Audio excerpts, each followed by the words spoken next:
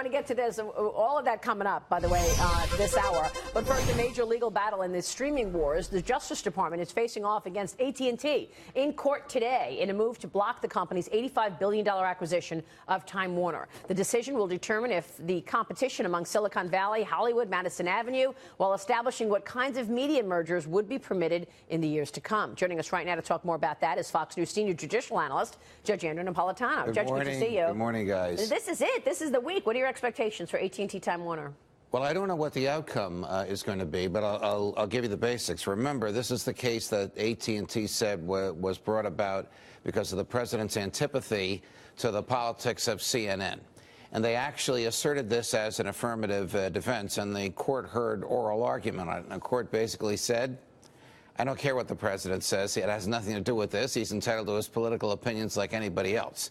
So this case is going to be resolved on economics, not on politics. That means that the Justice Department has the burden of showing how this merger, this vertical merger, these two don't compete with each other. They want to get together. AT&T owns the wires. CNN owns the material that goes to the wires, if you can reduce it to its basics. How that's going to be anti-competitive. This is very, very unusual from this pro-business administration and Justice Department, because the antitrust regulators in the DOJ usually try to block horizontal mergers when competitors want to become one big giant conglomerate, not vertical mergers when they want to supplement each other. We haven't seen a block like this. Content like HBO, like CNN versus the pipes. Correct. Telephone company. Correct.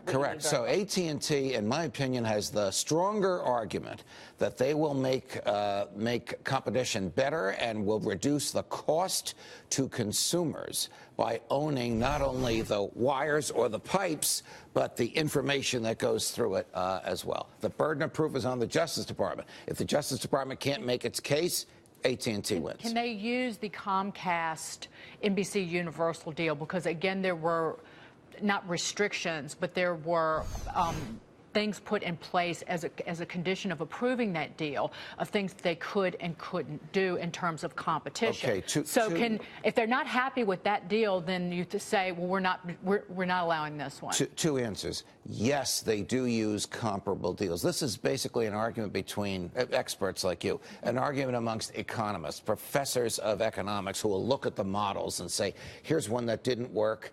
And here's how the courts resolved it. Here's one that did work. Here's what we think will happen here.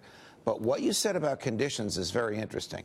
When the DOJ wants to tailor or shrink or control these mergers, it usually enters into an agreement with the merging parties. It usually doesn't sue them, because if it sues them and loses, it has no control whatsoever. These two are free to merge and craft their new economic relationship however. But then when you put conditions in, then it's up to the government to essentially enforce that those conditions are being met. The conditions could still be put in. The trial starts today. They could settle this anytime they want, up to the time that a verdict is actually signed by the court. But once a verdict is signed by the court, the government's out of the picture. They can't put conditions in. Gotcha.